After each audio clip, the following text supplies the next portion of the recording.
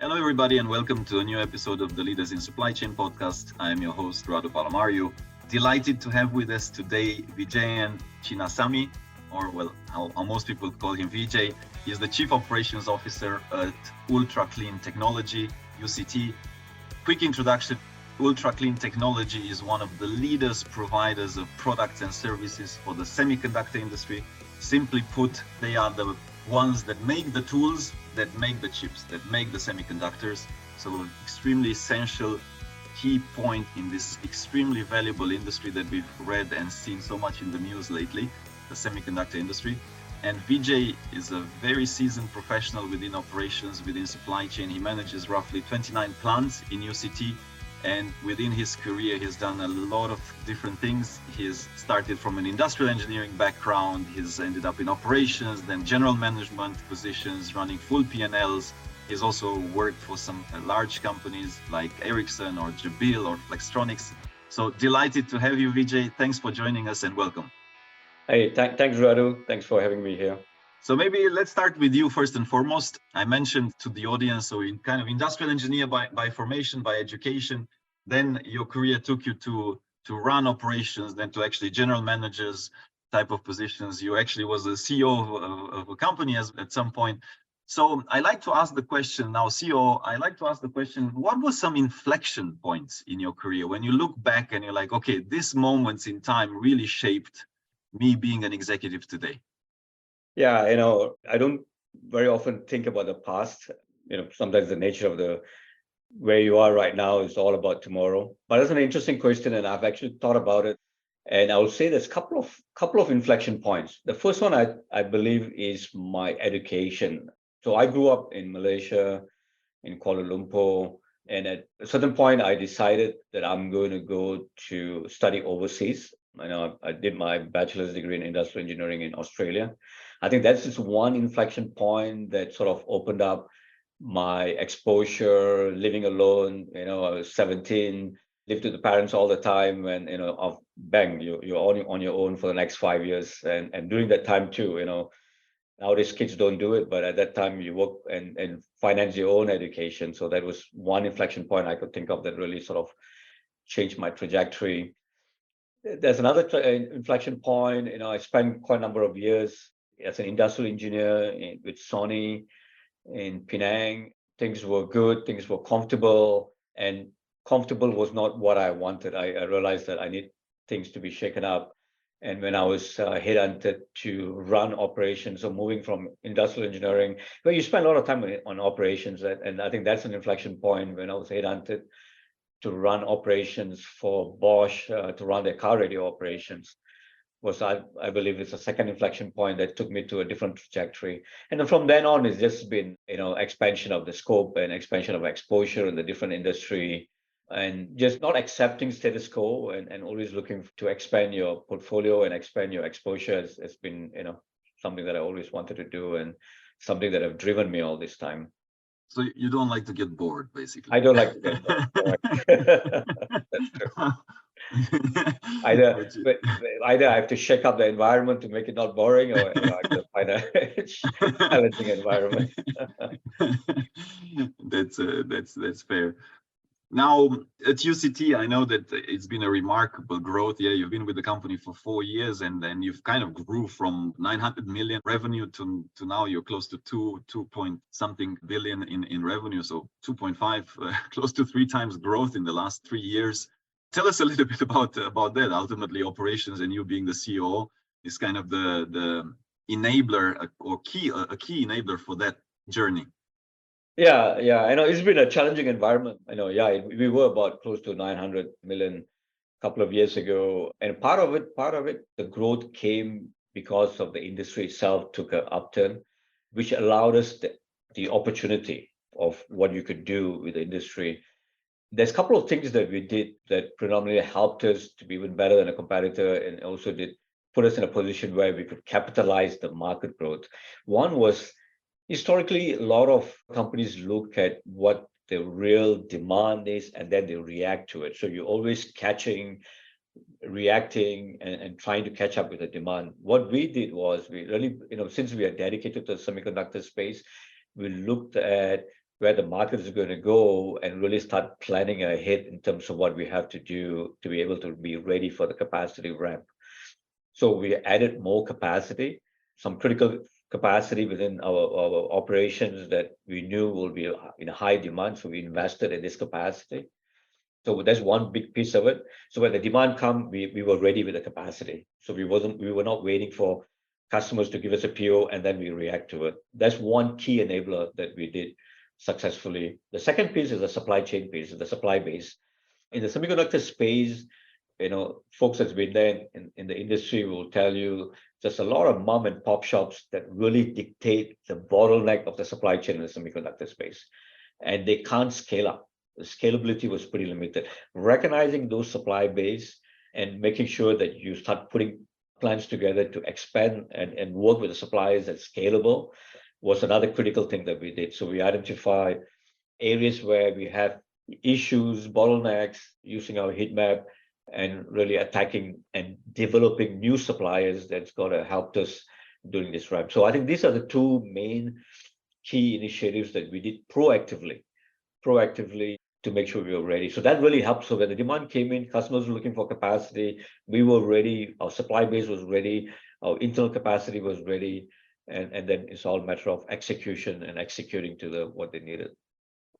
And underlying some of the principles, because you make it sound very simple, which in theory it is. Now in practice, as we both know, and most of our audience knows, having good relationships with suppliers does not necessarily mean that they will make space for you, that they will prioritize you, that they even, a good relationship usually does mean trust, but that is fundamental to any growth. So the fact that you were able to pull it off in such a short period of time does underline the fact that you must have had a very good relationship and trust that was built over time.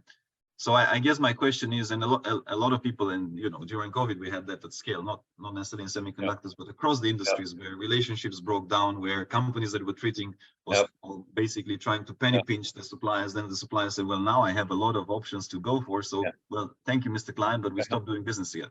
So I guess I'm asking for what were the principles that you applied longer term, I assume, in building those relationships with those suppliers that enabled you then to leverage them and increase this capacity quite fast? Yeah, I know. Some of the principle is, even like, for example, now we are going through a downturn. And it's important when you downturn, you don't treat your suppliers as you just don't care kind of attitude.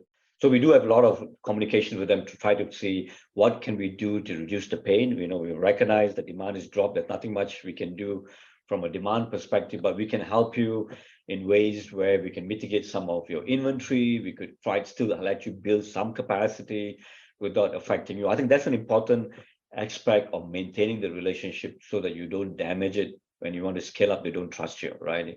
So because there are some suppliers who, regardless, they especially in the OEM space, that they, good time or bad time, you're always going to have problems with them.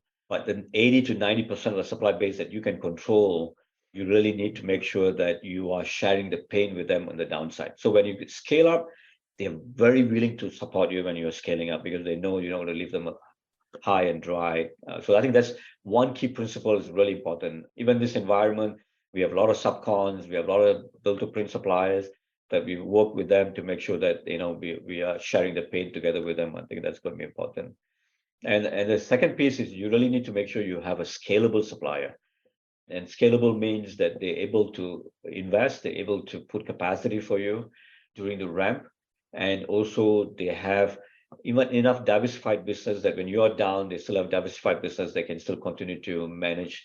And you need to give them the flexibility. I know sometimes the tendency for some supply chain folks is to say, I need you to be dedicated to me and you need to give me more capacity, which is fine when you have a huge demand and ramp, but when you're down, that can come and bite you back. So I think it's important to have, besides sharing the pain, you also choose a supplier that's scalable.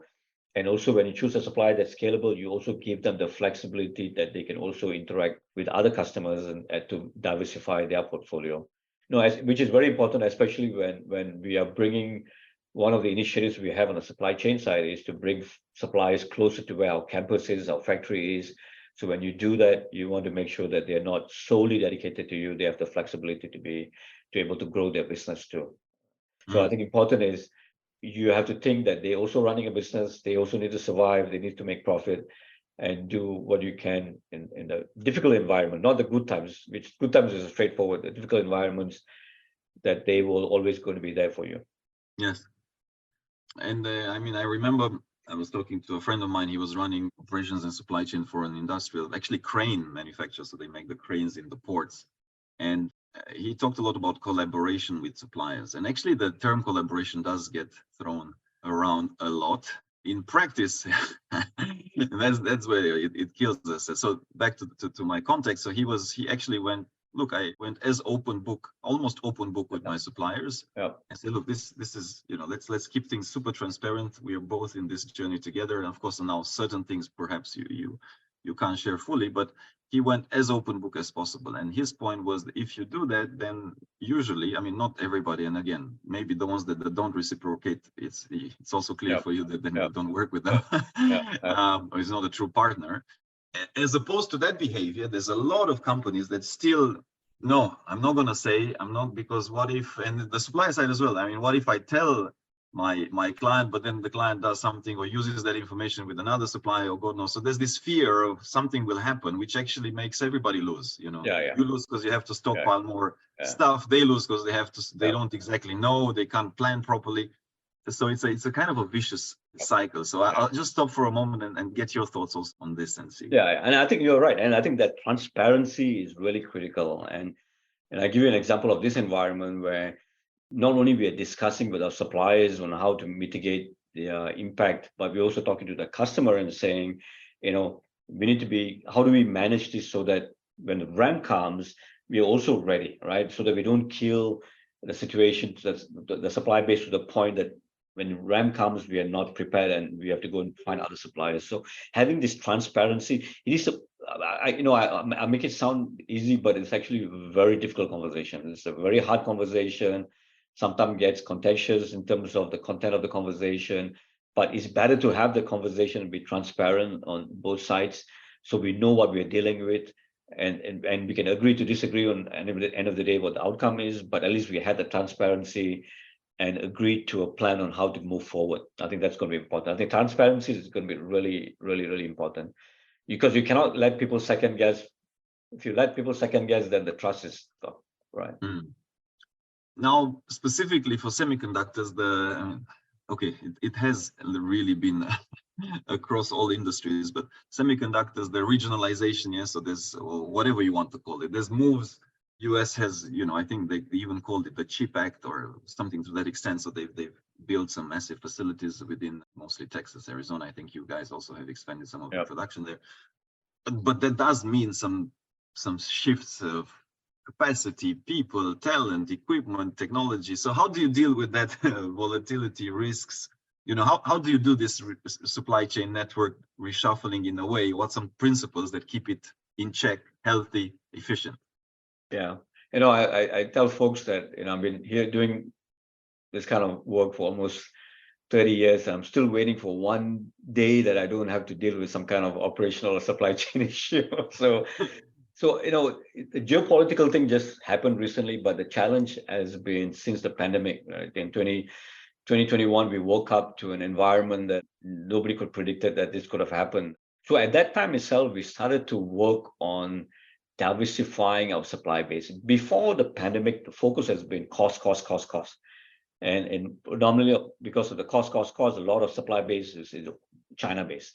And when the pandemic happened, I still remember that, when the whole China got shut down and we had so much reliance on the supply base in China, really affected us, took us a bit of time, and it sort of opened up the view of how do you actually have when you hear people talk about resilience, scalability, but what does that all mean in practicality, right?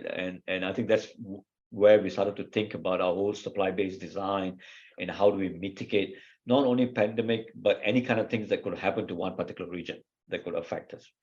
So we have already started to act on it and started to diversify our supply base. For example, wherever we have some single source supply base in China, we created a BCP in Southeast Asia so that we have two supply base. Now from one supply base, now we have two supply base kind of strategy. So we started to work towards that during the pandemic itself, because the pandemic wasn't just like a one-time event, right? It just dragged out for 2-3 years that was just making it difficult. And the geopolitical right now is created another dimension of difficulty, but I think we are in a much better position because of the actions we took during the pandemic to mitigate some of it. We are not fully 100% clear. There's still some critical suppliers in China. I mean, predominantly, if you think about the geopolitical, it's all about China right now, and how do we mitigate the risk with China? And our sites in China is the best running sites, so it's a bit disappointing sometimes when we have to think about BCP for one of our best running sites. But reality is, and so we are putting plans from a supply base wise. I think we're in pretty good shape based on based on the action we took in the pandemic. And on the manufacturing side, we opened up a new facilities in Penang, that becoming a BCP site for us for China. So we're pretty good shape. I think from a geopolitical mitigation, we're pretty good shape. Because again, one more time, initially I mentioned that by proactively reacting and taking action ahead of time helped us put in a better position. I mean, if we would have been if we didn't put up a plant in Malaysia a couple of years ago, didn't decide that a couple of years ago, we would have a hard time mitigating any China risk right now. But that helped. Now we're in a good position to mitigate it. So some of it is luck, to be honest with you, but a lot of it is really thinking ahead, seeing the environment. I think the pandemic sort of opened up our eyes in terms of how resilient and scalability of supply base needs to be, both for manufacturing and supply base. I think that helped us put in a good position. So we're still working through the geopolitical issues, but I think we are in a pretty good shape to mitigate any kind of outcome. Yes. And when it comes to these moves, talent, people tend to be it's not the only one, but one of the main bottlenecks. I mean, US, if we just talk about US, well, they simply did not have much manufacturing talent left. They were the ones that led the world to China, actually. And now they're, okay, back to made in USA. But where's the people that will make in USA? Yeah, and that's okay. I'm just picking a little bit of bone with USA right now, but it's all over. Yeah, we have Mexico where there's ramp up. We have Malaysia, Penang, where you guys I think are as well. I mean, literally on Penang Island, there's no more space. Yeah, so I mean, forget. Also, there's no people to, so you don't have space to build more factories. You definitely don't have necessarily people to man the factories.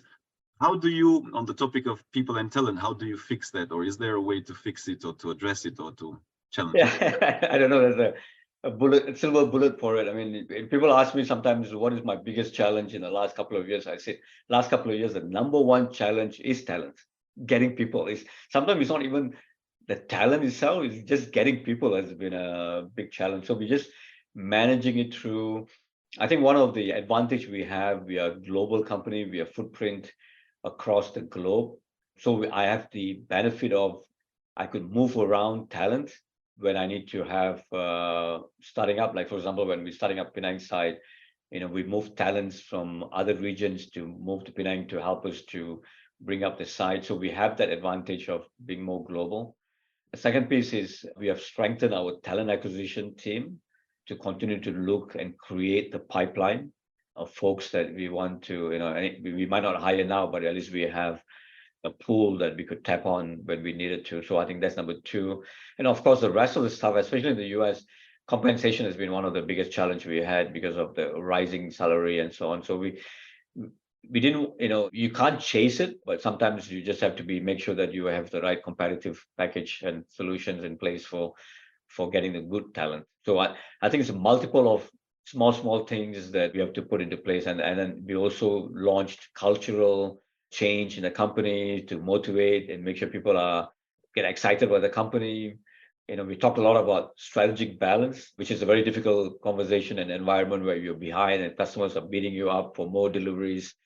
How do you get a strategic balance? But we do talk about it and try to promote as much as possible without affecting your work content. Yeah, so all these kind of small things, from a cultural introduction, making people feel comfortable with the company, where we are going with it, talent acquisition, and creating a pool, and just getting people excited about joining the company is one of the areas that we continue to attract. And also the global footprint, that helped quite a bit in terms of how we can mitigate some of the shortages in one location versus the other location. It is getting better now. It is getting a bit better now compared to last 2 Well, years now is ago. the downturn, yeah. So Yeah, typically, now if you are in electric vehicles or stuff like that, then now it's a yeah. No, it or is. It is. that's Yeah, it is a bit. Talent is always going to be a challenge as the company grow, I think, and especially whether all the colleges are churning out enough technical people. If more people are doing engineering, there's certain what you call sectors that's going to be important for the industry as the industry grows. It's also going to be determining whether there's enough pool out there to as the whole overall industry expands. yes. And in terms of where do you see? So you mentioned has been the main challenge.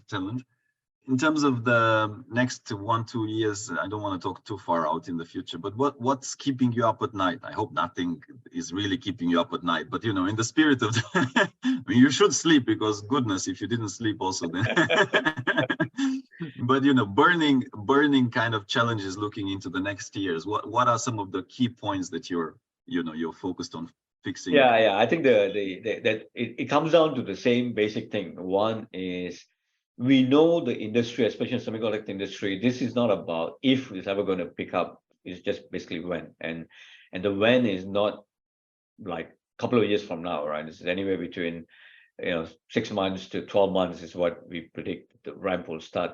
And we're going to go through the same challenge, which is talent. We have enough talent to be able to manage the scaling up. And second is the supply chain. Supply chain is going to be really critical.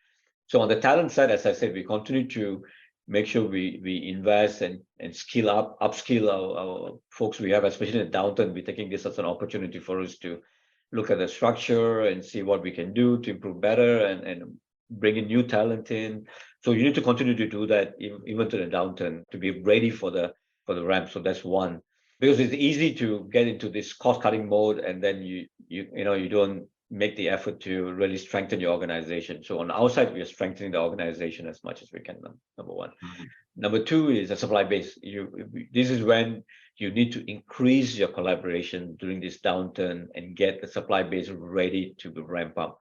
So we're taking opportunity now to spend more time with the suppliers, communicating, looking at the capacity, looking at where we need to expand, and having all that conversation ahead of time. In some cases, we also asking the suppliers to go and make that investment with a backstop from us to make sure they feel comfortable to make that capacity expansion. So you need to work towards that. I mean, there's no silver bullet to it, except that these are things that you need to think ahead what you need and put that in place as quickly as possible, even in this difficult environment. I think that's what the two main areas. I think for brick and mortar capacity, that's pretty straightforward. We could do that very quickly, and we've already done that. We have enough capacity, but talent and a supply base where all suppliers are able to be ready to ramp. And the other piece to the supply base is your sub-tier supply. Sometimes we talk about suppliers only tier one, those suppliers you talk to you or engage with, but there's a multiple sub-tier suppliers that also can be a bottleneck for you, right? And those are the sub-tier suppliers. You need to start engaging them, try to understand what the bottleneck is and what you need to do to be prepared for it ahead of time. Absolutely. And then if we had to talk a bit more tactical, yeah, you mentioned, I mean, different tier suppliers. I mean, visibility into the different tiers. I guess this is another word thrown around. I mean, I think everybody's in the last couple of years. Visibility. We want visibility. We shout for visibility. I was reading yesterday an article. Anyways, I will not name some of these providers of visibility because I'll get myself in trouble. But the article was more or less, we've thrown 2 billion or 3 billion, whatever it was the number, in the billions into making visibility more for shippers, for manufacturers available. In reality, not much has been fixed. And there's quite a few of these people that said, oh, we'll give you end-to-end visibility. In reality, you can't, because some port somewhere or some customs or it's not even that the intent is not right or the technology is not, but if you don't get the inputs, what visibility are you talking about? Yeah. So anyways, this is just one example of visibility. Then you have, and I think you've done Industry 4.0, all these different ops excellence type of work, Lean Six Sigma. Are there certain, if you were to pick one, right, you look at your operations and you're like, okay, if I improve this area, I impact the most of the whole chain, yeah? What would it be for you at UCT? Yeah, no, we are doing a lot of stuff in the industry 4.0 environment, both in the four walls of the factory with automation, which is just improving efficiencies and getting better in terms of visibility. So the visibility, you're right. And I always tell my guys, we have enough dashboard, enough data. The question is, what do we do with it? So you can have all the visibilities, but what do you do with it, right? That's going to be really important for us to make sure that there's actionable visibility that comes out of it.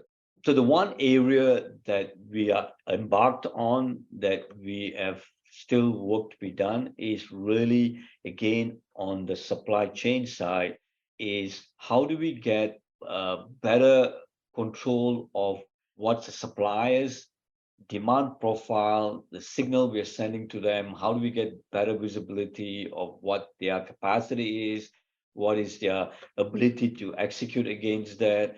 Today, that's a bit of black hole in a sense that you place a PO, either they respond to it or they don't respond to it, and then you get into a lot of interaction between the different and trying to find a way to automate this, where from our ERP to the suppliers ERP, how can we get better control of what's the delivery schedule going to look like, what signal they are seeing? Because sometimes when you talk to our internal folks, you get one side of the story. When you talk to the supplier, you get another side of the story. And when you listen to both sides, you say both sides are right. But end of the day, end of the day, we have delivery issues and not being able to fulfill what we need. So I think that's going to be the biggest piece that we are working right now to try to integrate, digitalize, and so that we get better visibility and better.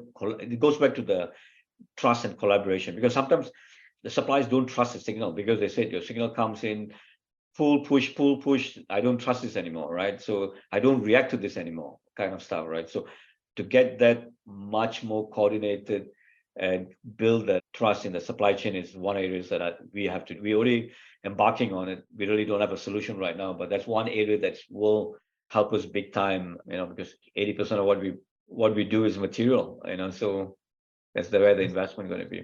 Other than that, things that we already done is really in digitalizing our shop floor. So we get better control, better visibility, and also allows us to, as we increase automation, allow us to automate not only from a hardware automation, but also from a software automation also allows us to do that. So we have embarked on and we're slowly making progress in all areas. Yeah. Digitalization. And going now big picture on specifically the topic of supply chain, and you've seen in your career, I mean, this has evolved. This is still fairly new, new in a sense of, I don't know, 10, 15, 20 years that it started being more mainstream. Last 2 years, really mainstream supply chain. Yeah. So you've as a CEO, you run supply chain. When you were general manager, P&L holder, anyways, you were key stakeholder of the supply chain. Have you seen a shift in the importance that companies have allocated? That's a leading question, because I hope your answer is yes. But also, like, how do you? Because you talked a lot. I mean, my focus is on supply chain, and ultimately growth will be enabled to supply chain. How do you see strategically supply chain? Because again, loaded a little bit by the fact that I see some supply chain folks which are still kind of trapped in the mentality, oh, you're back of the room, you're kind of, just fix my stuff and leave me alone. And they haven't come out of that mindset themselves, so they're still trapped there. So I stop there. Let me know your thoughts. Could you say that again? The question. How would you see the role of supply chain evolving as a strategic business enabler? Yeah, it's true. I think I saw one of your client or someone says that people think only supply chain when something is wrong. When things are executing, nobody thinks about supply chain, right? Yeah, Jim Rohn. Yeah. So on our side, we as I said, it's 80% of what we do is materials, and if you don't invest in that area, you just don't understand what it means. So we are investing, we are escalating the role to be more prominent, especially investment. If you look at where do we invest in talent in this downturn, it's a supply chain. We're making sure that from every level, right, from buyer to the category manager to commodity managers, we're just making sure we have the right talent, right investment in the supply chain piece. So that role is really critical, not only from availability of the material. You also talk about cost and making sure we have the right cost structure. So there's a lot of importance of the supply chain roles. Sometimes it does go behind the scene, but that's not in our case. We're making sure this is front and center of what we're investing. And going back to the digitalization, we're investing in the digitalization of the supply chain to make sure that we get things better and better. So I don't know how to answer your question, but definitely it's front and center for our organization. It does, and I'm a big proponent, as you know, we've discussed also online, offline, and that's why we also put out the book, because we are. I mean, of course, we have a lot of chief operations officers in there and CEOs, but supply chain ultimately is kind of linking. It should be it still isn't in some companies, but they should really wake up to the fact that there's the link. It's correct. It's like operations, right? When everything is fine, they think somebody else did it. When something goes wrong, it's always operations. It's the operations problem. Actually, our co-author Knut in the book, he gives the example sales. So again, I'm picking. I mean, I'll take it upon me. It's nothing necessarily against sales, but sales. 9 out of 10 orders go wrong.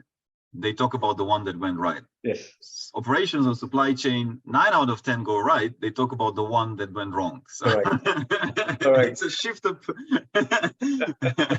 perception and focus. So, a final question from me, Vijay. If you were to give some advice, some pieces of advice to somebody that's graduating now, looking to build a successful career like yours in operations, in supply chain, what would it be? Yeah, I think 2 or 3 that pops out in my mind. One is nothing replaces hard work. I know there's a lot of debate about how much work and balance and so on, but nothing replaces hard work. But that doesn't mean you cannot have a balanced life. It's all about planning. You need to just plan it, but it cannot be one or the other, because that's especially the younger generation now. Even though there's more discussion about balance of life, which is all right thing, but that doesn't mean the work content or the workload or the work ethics becomes lower, right? So, and I always say, guys, that nothing replaces hard work with this. Whether you work smart or you need to put in a bit more time and hard work into it. That's number one. Number 2 is don't think about your own self. Think about your organization, whether it's your boss or your team or the company. Put them first in all your initiatives, activities, because that automatically will help you move in your career. Many times people come to me and say, please tell me how to plan my career, which is okay. You probably have to think about what you want to do, what's your interest, but don't make that as a selfish objective, but really make it all about the team, your boss and the company as a priority one. And I've always used that as my principle, and it's always worked out. And so I'll say that's number 2. And number 3 is you need to enjoy the work. Just make sure you're doing what is fun, and that will solve the strategic balance thing, I think, if you have fun in what you're doing. And so that's probably the 3 advice I could give. Number 4, don't get bored. Don't get bored. Well, I will. If you have fun, it's it kind of takes care of the rest. Super. Well, Vijay, pleasure having you. Thanks for taking the time today for joining us, and keep doing exciting stuff at UCT. All right. Thanks, Jabil. Thanks for having me here. Thank you for listening to our podcast. If you liked what you heard, be sure to go to www.elcotglobal.com and click the podcast button for all the show notes of the interview. Also, subscribe to our mailing list to get our latest updates first. If you're listening through a streaming platform like iTunes, Spotify, or Stitcher, we would appreciate a kind review. 5-star works best to keep us going and our production team happy. And of course, share it with your friends. I'm most active on LinkedIn, so do feel free to follow me. And if you have any suggestions on what to do and who to invite next, don't hesitate to drop me a note. And if you're looking to hire top executives in supply chain or transform your business, of course, contact us as well to find out how we can help.